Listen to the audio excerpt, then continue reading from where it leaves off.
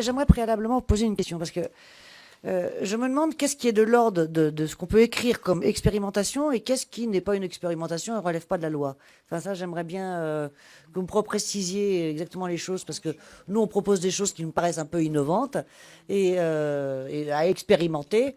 Et puis, ça relève pas de la loi. Par contre, ce que vous proposez, ça relève de la loi. Moi, franchement, il faudra me préciser qu'est-ce qui relève et qu'est-ce qui relève pas.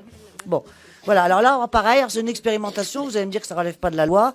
Pourtant, ça a été expérimenté, c'est vrai. Alors peut-être que ça a déjà été expérimenté, vous allez me dire. Donc, c'est pas la peine de le mettre. Enfin, je le signale.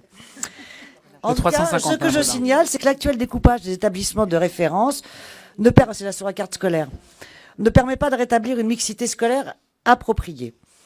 Dans des périmètres parfois restreints, on aperçoit la persistance de poches de précarité ou de gentrification qui se manifestent aussi dans les établissements scolaires. Et c'est très important, justement samedi, moi j'étais à une conférence sur le rôle et l'impact de la carte scolaire sur la réussite, enfin non, sur la mixité dans les établissements scolaires et de ce fait la réussite des gens. Donc la carte scolaire a un grand impact. Voilà.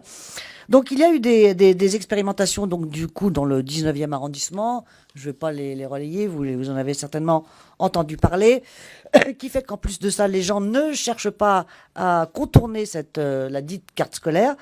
Donc c'est un amendement qui propose que pour une durée de 2 ans, là encore, dans des académies identifiées, spécifiques, où il y a vraiment des problèmes, des lieux pertinents, eh bien qu'on puisse mettre en œuvre une carte scolaire favorisant cette mixité sociale. Je vous remercie. Merci, Madame Rubin. Alors, Madame la rapporteure sur l'amendement, et puis ensuite, Monsieur le ministre, je crois que vous avez demandé la parole. Oui, avis défavorable sur cet amendement.